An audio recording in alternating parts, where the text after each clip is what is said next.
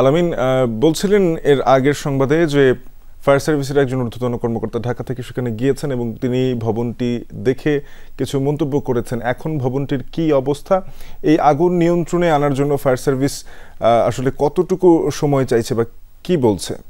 Shafin, fire সার্ভিসের কর্মকর্তারা যারা রয়েছেন, কর্মীরা যারা রয়েছেন, তারা নিরলসভাবে চেষ্টা করে যাচ্ছেন। আমার ঠিক বাম পাশে যে গাড়িটি রয়েছে সেই গাড়িটি একটানা কয়েক ঘন্টা ধরে পানি নিষ্কাশনের কাজ করে যাচ্ছিল, পানি নিক্ষেপ করে যাচ্ছিল এবং একটা পর্যায়ে এসে এই ফায়ার সার্ভিসের এই যে বড় যে গাড়িটি আমরা দেখতে পাচ্ছি সেই গাড়িটি বিকল হয়ে গেছে। আমরা ফায়ার সার্ভিসের যারা রয়েছেন তাদের সাথে কথা বলেছিলাম, তারা বলেছেন এই গাড়িটির ক্লাস প্লেট জ্বলে গেছে এবং আমরা এখানে দাঁড়িয়ে থাকা অবস্থায় গাড়িটি থেকে পোড়া যে গন্ধ, সেই পোড়া গন্ধটি পাচ্ছিলাম।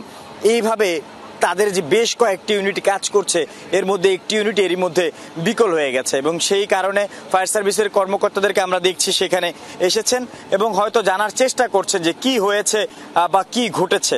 আমরা একটু সেখানে যারা রয়েছেন তাদের কাছ থেকে একটু জানার চেষ্টা করব আসলে গাড়িটির অবস্থা কি এখন। একটু যদি বলতেন গাড়িটির অবস্থা কি?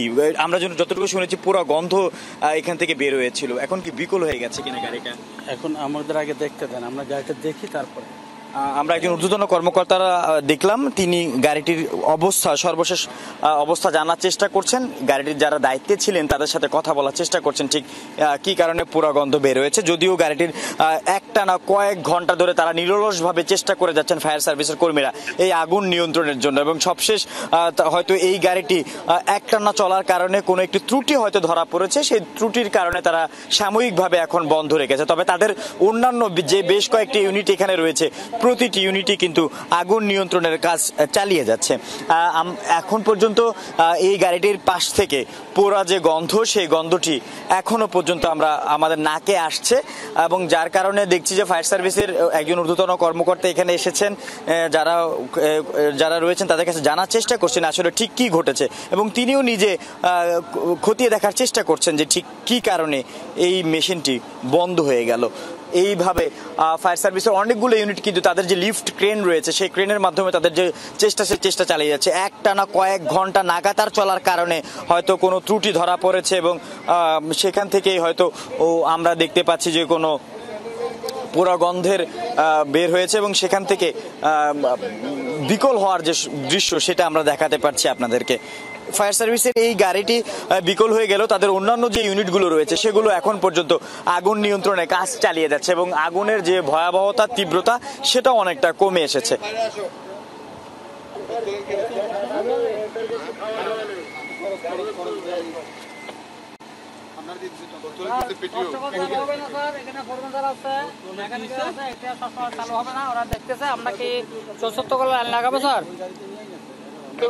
গাড়িতে সমস্যা, তাহলে সরাসরি পাম্পের থেকে দেখে দিতে পারেন কিনা, পাম্প দিয়ে